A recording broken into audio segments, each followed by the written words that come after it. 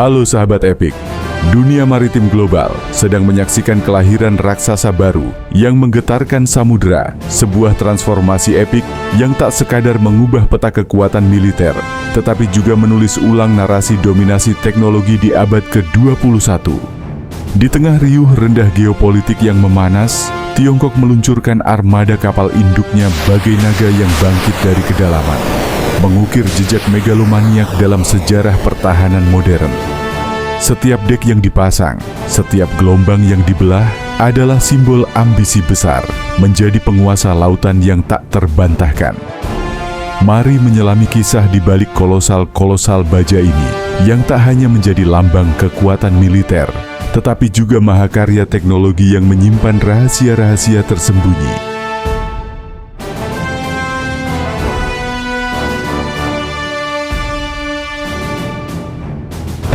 Dimulai dengan Liaoning, kapal induk pertama Cina yang lahir dari bangkai proyek Soviet yang terabaikan. Awalnya bernama Varyak, kapal ini dibeli dari Ukraina pada tahun 1998 dalam bentuk cangkang kosong yang karatan. Tapi di tangan insinyur Cina, ia diubah menjadi Phoenix yang bangkit dari abu. Dengan panjang 304 meter dan bobot 60.000 ton, Liaoning bukan sekadar kapal, ia adalah pernyataan politik. Dilengkapi sistem Short Take-Off But Arrested Recovery, STOBAR, Liaoning mampu meluncurkan jet tempur Shenyang J-15 versi lokal, Sukhoi Su-33 Rusia, meski dengan keterbatasan muatan senjata akibat kurangnya katapult. Namun kehadirannya pada 2012 menjadi pukulan telak bagi dunia. China resmi masuk ke klub elit pemilik kapal induk. Tapi ambisi Beijing tak berhenti di situ. Shandong, kapal induk kedua yang diluncurkan pada tahun 2019, adalah jawaban atas segala kekurangan Liaoning. Dibangun secara mandiri di galangan Dalian, Shandong memiliki desain lebih besar, 70.000 ton, dengan dek yang dioptimalkan untuk operasi udara yang lebih cepat. Teknologi Island Bridge-nya yang dipangkas 10% meningkatkan visibilitas pilot, sementara sistem radar Type 346 AESA, Active Electronically Scanned Array, memberikan mata elang yang mampu mendeteksi ancaman ratusan kilometer jauhnya. Shandong juga memperkenalkan konsep Carrier Battle Group ala Tiongkok, dikawal kapal perusak Type 005, kapal perang paling mematikan di Asia yang dilengkapi rudal hipersonik YJ-21. Namun semua itu hanya pemanasan sebelum kehadiran sang legenda, Fujian. Diluncurkan pada bulan Juni tahun 2022, kapal induk ketiga Tiongkok ini adalah mahakarya yang menggetarkan Pentagon. Dengan bobot 90.000 ton, Fujian adalah kapal induk pertama Tiongkok yang menggunakan sistem katapult elektromagnetik, Electromagnetic Aircraft Launch System atau sering disingkat EMALS. Teknologi yang sebelumnya hanya dikuasai Amerika lewat kapal induk kelas Gerald R. Ford. EMALS memungkinkan Fujian meluncurkan pesawat lebih cepat, lebih efisien, dan dengan variasi muatan yang lebih fleksibel, termasuk drone tempur stealth dan pesawat early warning KJ, Nangsan 100, mata-mata terbang yang setara dengan E-2 Hawkeye Amerika. Deknya yang lebih luas, mendekati 400 meter, dirancang untuk menampung 100 pesawat, termasuk generasi baru Shenyang FC-31, jet tempur siluman, dan drone GJ-11 yang bisa menghujani musuh dengan rudal jelajah. Tapi Fujian bukan sekadar besar, ia cerdas. Jaringan sensornya terintegrasi menggunakan kecerdasan buatan, AI, untuk mengordinasikan serangan, pertahanan, dan logistik dalam waktu nyata. Sistem propulsi Integrated Electric Propulsion IEP tidak hanya menggerakkan kapal, tetapi juga menyuplai daya ke laser penghancur drone dan railgun eksperimental yang suatu hari bisa mengubah pertempuran laut selamanya. Bahkan kabarnya, Fujian dilengkapi sistem pertahanan aktif yang bisa menembakkan awan logam cair untuk melumpuhkan rudal hipersonik, sebuah teknologi yang masih dalam tahap uji di Amerika Serikat. Dan di balik layar, Tiongkok sedang menyiapkan monster berikutnya.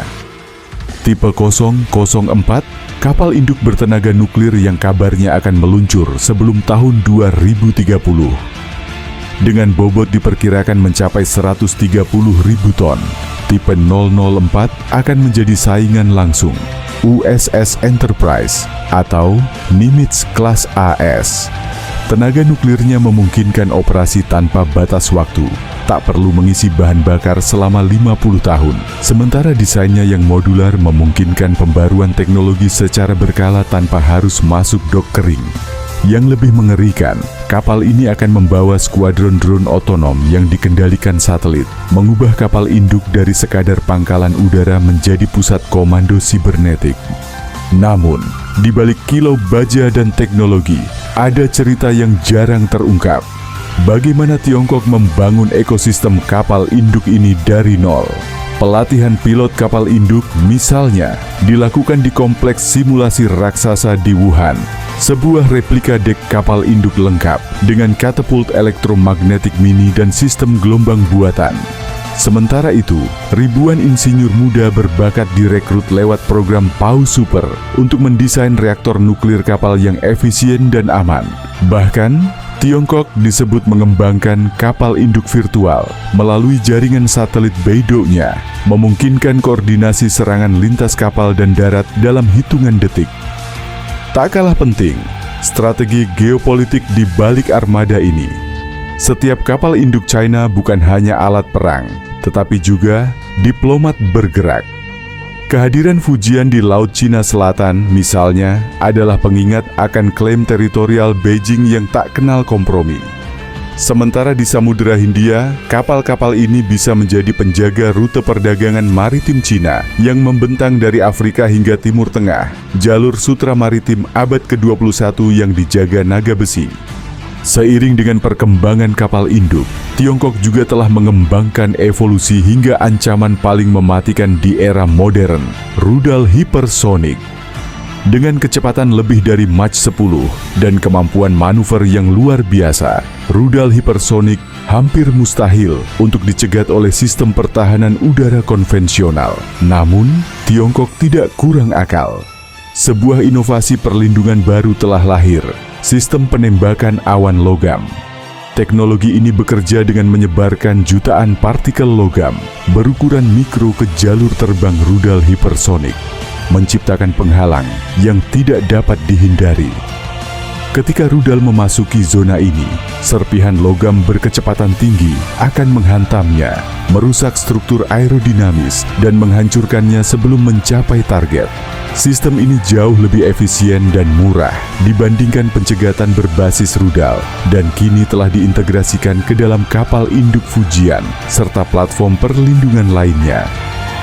Namun kehebatan Fujian tidak berhenti di situ. Salah satu fitur paling futuristik dari kapal induk ini adalah skuadron drone tempur yang dikendalikan melalui satelit dan terintegrasi dengan kecerdasan buatan AI. Konsep teknologi ini mengubah peperangan udara secara fundamental. Dengan drone-drone otonom yang dapat bertindak sebagai wingman pesawat tempur berawak, Tiongkok kini memiliki kemampuan untuk melancarkan serangan besar-besaran tanpa menghancurkan nyawa pilot manusia. Drone-drone ini mampu melakukan manuver ekstrim, melakukan serangan presisi tinggi, hingga bertindak sebagai perisai bagi jet tempur berawak dalam pertempuran udara ke udara. Lebih dari itu, setiap drone terhubung dalam jaringan tempur berbasis AI, memungkinkan mereka untuk berbagi informasi secara real-time, mengoordinasikan serangan, serta menghindari ancaman musuh dengan kecerdasan yang jauh melampaui refleks manusia.